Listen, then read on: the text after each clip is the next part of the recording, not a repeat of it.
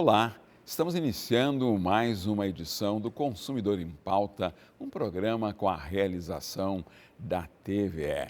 Nesse espaço, respondemos questões e dúvidas ligadas ao direito do consumidor, direito do trabalho, direito imobiliário, direito previdenciário, direito comercial, direito tributário, direito de família e sucessões. E é muito fácil você enviar a sua dúvida ou questionamento pelo nosso WhatsApp 51985-946-773 ou, se preferir, você pode enviar para o nosso e-mail consumidorempauta@tve.com.br. No programa de hoje vamos tratar do tema do direito do consumidor e estamos recebendo aqui uma referência nessa área, que é o Dr. Alcebiades Santini. Seja bem-vindo, Santini. Muito obrigado, Jean. Obrigado. Vamos então para a primeira pergunta, que foi enviada por uma telespectadora que optou por não se identificar. E ela traz o seguinte relato e pede a sua orientação, Santini. Qual é a melhor forma de resolver uma prestação de serviço que foi realizada na construção da minha casa de maneira inadequada, utilizando material de péssima qualidade, sem cumprir o que foi combinado no contrato? Quais meus direitos e como resolver, Santini? Olha, a consumidora anônima, a falha na prestação do serviço contratado através de contrato assinado entre as partes, o artigo 14 do Código de Defesa do Consumidor estabelece que a responsabilidade é objetiva por um não cumprimento de um serviço que foi contratado e pactuado entre consumidor e fornecedor, tendo culpa ou não, é do fornecedor. Então, a responsabilidade é do fornecedor. O que eu diria para a consumidora anônima? Antes de dar os caminhos de solução. Sim. Nesse segmento de prestação de serviço, principalmente na área da construção civil, a gente tem que ter um cuidado máximo. Primeiro, fazer pesquisa, investigar o fornecedor. Olha que importante, porque o fornecedor, quando faz uma liberação de um pagamento parcelado, ele investiga a nossa vida e a nossa capacidade financeira para cumprir aquele financiamento. Então, nós temos que investigar o fornecedor de prestação de serviços, principalmente na área da construção civil, eletrônico, doméstico, etc., se possível, ter uma recomendação de um amigo ou de uma pessoa. Se não tiver recomendação, solicitar a esse orçamento, discriminado e indicação de serviços prestados com contatos para a gente checar se esse prestador atende perfeitamente o que assinou o contrato, se ele dá um tratamento digno, se tem qualidade no produto e no serviço, se o preço é justo, enfim, essas são as condições necessárias antes. Mas no caso da nossa consumidora, já tem um problema, o que a gente recomenda? Primeiro, falar com o contratante. Ela deve ter fotografias, deve ter evidência do serviço e do material de péssima qualidade. Correto. Deve estar no contrato o tipo de material. E aí uma outra coisa, quando é na construção civil, nós temos duas opções. De contratar o serviço e a compra do material pelo fornecedor ou contratar só o serviço. O material eu vou comprar, que aí elimina essa situação. Bom, falou com o contratante, solicita a revisão e a substituição do material e do serviço mal feito. Esse é o primeiro passo. Não pagar valores a vencer. Quando a gente faz um contrato, tem um cronograma de obras e um cronograma de pagamento. Nunca se paga todo o valor do contrato sem entregar e sem fiscalizar a entrega do serviço e do material. Então, não paga faturas vencendo. Não tendo o resultado, denuncia no PROCON, denuncia no Reclame Aqui, no consumidor.gov.br e ainda busca o Poder Judiciário, através do Juizado Especial Civil, que é até 40 salários mínimos, para buscar a devolução do valor e danos morais. Tá certo. Então, essa é a situação como um todo. Quer dizer, além de dar o caminho de solução, algumas recomendações que valem para qualquer um, né, que contrata serviços, principalmente na área da construção civil. A nossa telespectadora Marcela relata a sua situação e pede a sua orientação. Meus vizinhos e eu estamos com problema com a distribuidora de energia elétrica. Os funcionários não passam mais para olhar o relógio, mas temos recebido as contas. Como podem saber o que consumimos de energia? Pergunta Marcela. Mais ainda, ela diz, o mais incrível é que eles estão enviando a conta do mês e também a do mês seguinte. Como pode isso? O que devemos fazer? Pergunta Marcela. A situação aqui da Marcela é delicada porque há uma abusividade por parte da concessionária. A concessionária é autorizada pela ANEEL, Agência Nacional de Energia Elétrica, que tem uma resolução 1000, chamada Resolução 1000, que estabelece todos os direitos e deveres do fornecedor e consumidor de energia elétrica. Então, e aqui no Estado, não sei se está atualizado ou não, essa fiscalização, através de um convênio, é feita pela Agência Reguladora do Estado do Rio Grande do Sul de Serviços Públicos Concedidos. Então, um convênio assinado entre a Gergs e a ANEEL. Bom, não é procedente, principalmente emissão de fatura, né, sem a mensuração junto ao relógio, para verificação. Isso tem que ser verificado periodicamente, né? E não pode lançar duas faturas. Quer dizer, tenho dificuldade de acesso ao relógio. Bom, se essa dificuldade foi criada, Marcela, pelo consumidor, tu tem vários caminhos. Primeiro, a companhia pode fazer até 3 leituras em 3 meses diferentes, por média dos últimos 12 meses de consumo. Isso é permitido. Depois dos 3 meses, ela tem que encontrar uma alternativa de ir até o relógio, tirando o impedimento de acesso, né? Tem que verificar isso. Hoje já determinam quem provocou o impedimento de acesso ao relógio tem que facilitar.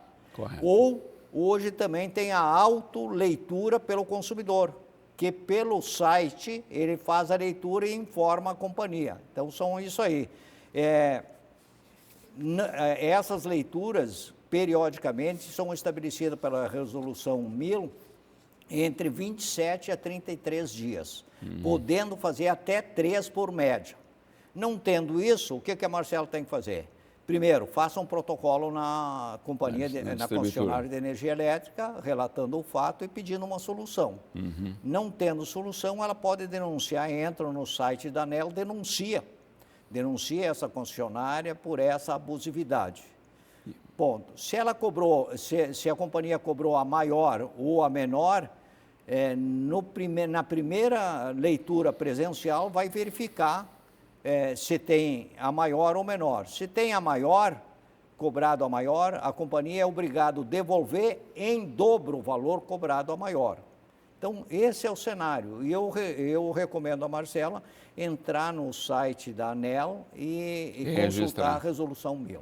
Tá, e registrar o que está correndo. E registrar, isso aí. Bom, não deu resultado, ela pode ir denunciar no PROCON, na GERG, se existe esse convênio com a ANEEL, pode ir no Poder Judiciário, bota no Reclame Aqui, bota no consumidor.gov.br, expõe. Mas enquanto isso, ela tem que pagar a fatura, né? Sim. Senão corta. Né? Não pode deixar de pagar a fatura. Tá certo. A nossa telespectadora Kátia diz de maneira muito, assim, pontual e precisa, né, que a bagagem dela foi extraviada. O que devo fazer e quais são os meus direitos? Pergunta a Kátia. Bom, a Kátia pergunta enxuta, resposta enxuta. Primeiro, bagagem extraviada ou perdida, ela tem que fazer um relatório de irregularidade de bagagem. Vai no balcão da companhia, no aeroporto, faz o protocolo. Em segundo momento, faz o mesmo protocolo de reclamação de bagagem extraviada na ANAC, Agência Nacional da aviação civil que tem, mas na maioria dos aeroportos tem uma unidade de atendimento, senão ela pode fazer por site. Bom, aí ela não recebendo o prazo para encontrar e entregar a bagagem para a CAT é 7 dias para voo doméstico e 21 dias para voos internacionais, né? Mas passou 72 horas, ela já tem o direito de reclamar, né, pela perda da bagagem e dano moral, né? Ela pode, no balcão da companhia, se tem alguns bens essenciais de uso pessoal, etc., normalmente a companhia oferece uma ajuda de custo financeira para ela complementar, por exemplo, material de higiene, etc., etc. Então, isso também ela pode exigir na hora do registro junto à companhia. E ela pode, em última instância, procurar o Poder Judiciário, porque na aviação civil é só Poder Judiciário. E aí nós temos, dentro do nosso fórum, a ANDEP, Associação Nacional de Defesa dos Consumidores em Transporte Aéreo, que é 5199-221-2797. Ela é uma associação que atende sem custo e negocia um êxito, um percentual no êxito. Praticamente ganha tudo. Então, Kátia, você tem vários caminhos, né? Mas não pode ficar no prejuízo. Correto.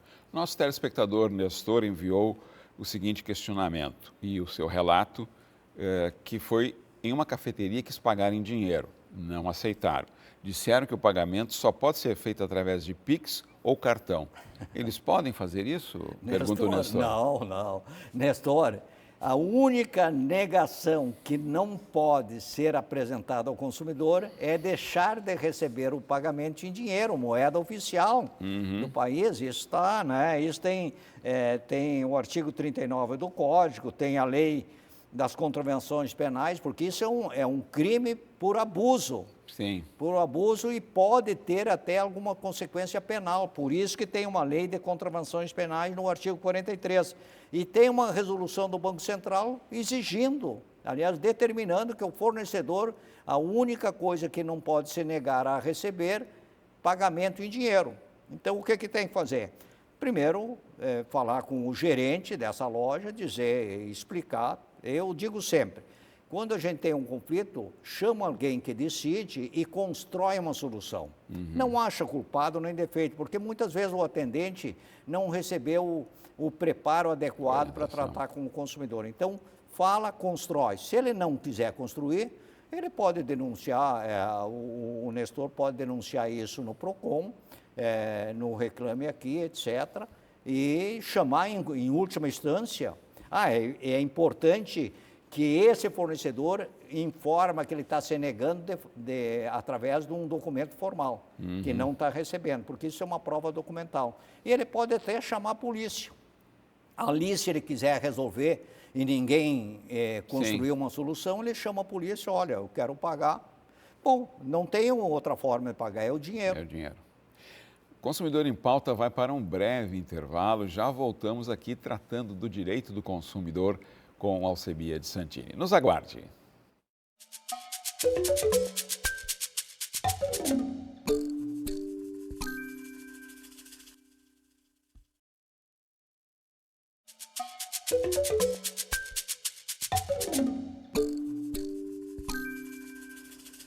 Estamos de volta com o Consumidor em Pauta, um programa com a realização da TVE. Na edição de hoje, estamos tratando do direito do consumidor em relação às dúvidas e questionamentos que foram enviadas para o nosso WhatsApp, e você também pode enviar as suas dúvidas nas outras áreas do direito, que depois eu lembro quais são para todos vocês, mas essas dúvidas e questionamentos relacionados ao tema de hoje foram enviados para o nosso WhatsApp 51985946773 e pelo nosso e-mail consumidorempauta@tve.com.br. A próxima questão, Santini, é da nossa telespectadora Mariana. Comprei pela internet um hidratante. A compra foi internacional. Recebi a informação de que o produto está há mais de um mês retido em um órgão não aduaneiro. Fiquei sem entender, pois sempre soube que todos os produtos passam pela Receita Federal. Alguma outra entidade pode reter produtos importados? Pergunta Mariana. Não, Mariana, não pode. E essa situação da Mariana está cheirando a golpes, né? Porque o órgão oficial para reter qualquer produto na aduana é a Receita Federal. Ela está corretíssima nisso aí. Então, há uma suspeita de golpe. E, normalmente, eles são golpistas que agem em cima de correio, de informações do correio ou de órgãos oficiais, pedindo Pix, etc., e para obter dados desse consumidor. Então, muito cuidado. E tem algumas dicas aí, né? Por exemplo, confira e rastreie o seu produto. E qualquer site que não tenha 13 caracteres, que é composto por números e letras, e termina em BR, é suspeito. Então, a Mariana, a primeira coisa, não abre nada. E se ela tenha dúvida, consulta alguém da área de informática para verificar se aquela mensagem... Aliás, isso aqui já está caracterizado como golpe, porque não é procedente. Ela tem que fazer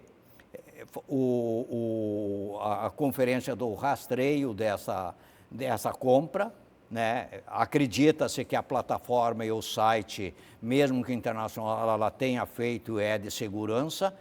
Não paga absolutamente nada, porque se ela comprou para pagar na retirada, não paga, e denuncia isso na Polícia Federal e na Polícia Civil. Faz um BO, etc., porque alguém dentro desses dois segmentos vai fazer um rastreamento e evitar novos golpes para outros consumidores. Então, são esses mais ou menos a situação. Tem risco de fraude, né?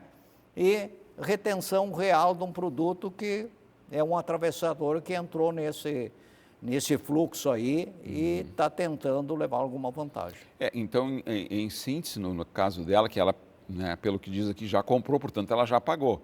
Então, ela deve fazer logo um boletim de ocorrência e registrar. E aí informar, através do mesmo site que ela comprou, essa situação e solicitar providência de quem fornece esse produto, né? E, se caso não chegar o produto, solicitar a devolução. Correto. Se a plataforma e o site são idôneos, confiáveis, com certeza vai ter uma ajuda na solução.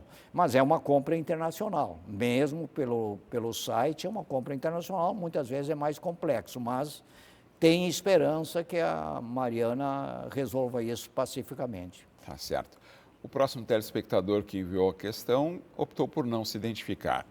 E ele diz o seguinte: o box do meu banheiro estragou e pesquisei algum lugar que fizesse o conserto. Um deles aceitou fazer o trabalho, mas disse que não daria garantia, pois o box não foi instalado por eles. Está certo esse tipo de coisa, Santini? Não.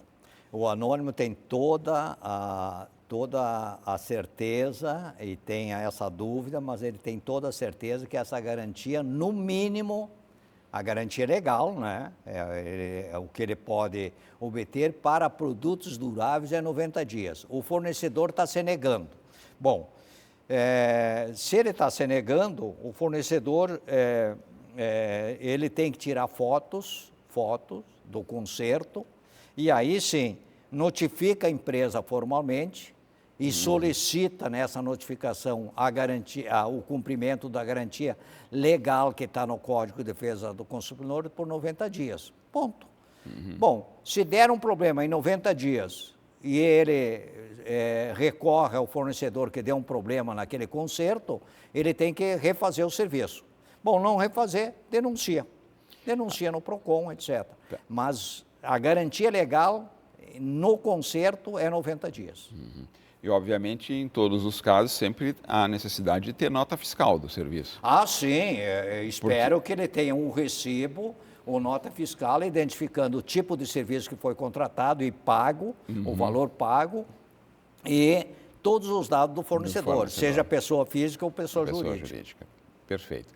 Muito bem colocado. Antes de irmos para a próxima pergunta enviada pelo telespectador Ernesto, eu volto a lembrar, Santini, que não só aqueles telespectadores e telespectadoras que enviaram os questionamentos hoje relacionados ao direito do consumidor, mas nas outras áreas que nós já citamos aqui, é muito fácil você assistir o programa de hoje, os programas anteriores, num momento mais tranquilo, mais adequado para você. De que maneira? Você vai no canal da TVE no YouTube, procura lá o Consumidor em Pauta, assiste o programa de hoje que você enviou o seu questionamento, mas também pode assistir outros tantos programas com temas que também certamente poderão ser úteis em algum momento para você. A próxima pergunta foi enviada pelo nosso telespectador Ernesto.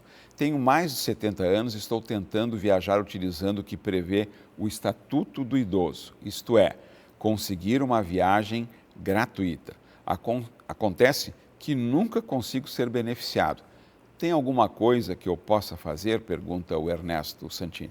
Bom, Ernesto, primeiro eu compreendo a frustração do Ernesto, né, que já tentou várias vezes, tem 70 anos, está acima do limite de idade da Lei 10.741, que é a Lei do Idoso de 2003, que é 60 anos, 60. Né? Então, é 60 anos tanto para homem quanto para mulher? Isso, ou os dois? 60 anos. E aí tem algumas condições, né? Primeiro, quem tem direito? 60 anos, com renda igual e não superior a 2 salários mínimos. Uhum. Primeira exigência legal. Então, se o Ernesto está nessa condição, ele tem. O que a lei estabelece? O Estatuto estabelece que as companhias de transporte interurbano, o intermunicipal, etc., oferece dois espaços, dois assentos, sem custo nenhum, para idoso, em todas as linhas de transporte tradicional. E todos os dias? Por exemplo, eu vou para Santa Maria, então, pela legislação, todos os dias dois assentos por trecho. Por então, trecho. Subentende-se, esse detalhe não sei, mas subentende-se que tem que ser todas as linhas. Correto. Bom, o que o Ernesto tem que fazer? Então, é o seguinte, ele tem que ter uma carteira de idoso, né, e apresentar, porque a carteira de idoso vai dizer exatamente que ele está dentro daquela condição de até 2 salários mínimos, a renda dele. Tá. Comprar com antecedência, isso é importante. Venderam as 2 vagas. Bom, o idoso tem também uma garantia de até 50% de desconto comprando uma passagem. Então, essa carteira de idoso, se estão ocupadas, ele pode comprar uma passagem com desconto de 50%. Isso está no Estatuto do Idoso. Então, o que ele tem que fazer? Mais importante, a antecedência é até 30 dias. Então, por exemplo, eu vou viajar dia 10 de abril, então vou lá e compro hoje. Provavelmente elas estão disponíveis. Não, o cara diz, não, já foram vendidas. Exige a confirmação formal dessa venda, porque senão é palavra contra palavra. Não, então, isso que ele tem que fazer. E, né, não tendo uma negação de não comprovar a venda antecipada das 2 vagas que são obrigadas por lei, ele pode fazer a denúncia. Aí onde que ele vai fazer? Na ANTT, Agência Nacional de Transporte Urbano. Ou se é no transporte urbano metropolitano, que sempre tem uma unidade, né, que fiscaliza o transporte coletivo. Então, ele pode fazer isso aí. Então, o Ernesto, acordar mais cedo, fazer com antecedência, exigir o comprovante que o cara vendeu os 2 lugares, mesmo que ele está comprando com antecedência, ou trocar o dia, né, etc. Eu acho que tem solução, mas ele tem que estar na condição de até 2 salários mínimos. Vamos nos encaminhando aqui para o final da edição do Consumidor em Pauta hoje e vamos para a questão que é uma dúvida do nosso telespectador Matheus. Tive que trocar um produto porque estava com problemas, relata o Matheus. Como fica a garantia desse novo produto? É a pergunta do Matheus. E mais, começa a valer a partir do recebimento desse novo produto ou é a partir da data de compra do primeiro produto, Santini? Não. A garantia, quando apresentar um vício, um defeito, ele trocou por o mesmo produto, vale a garantia a partir dessa troca. seja a garantia contratual, que é o fornecedor que dá, o fabricante, seja a garantia legal. Essa é intocável, é 90 dias. Então, em qualquer situação, conta-se a partir daí. Ele guarda o comprovante de troca, o recebimento desse novo produto, e a partir daí ele tem a garantia integral que ele tinha no primeiro. Tá certo. E, portanto, ficou bem claro aí essa orientação para o Matheus, né, em relação à questão da garantia. Santini, muito obrigado pelas suas contribuições no Consumidor em Pauta de hoje e aguardamos na próxima edição, não só você, Santini, mas a todos os nossos telespectadores e telespectadoras. Até a próxima edição. Até lá!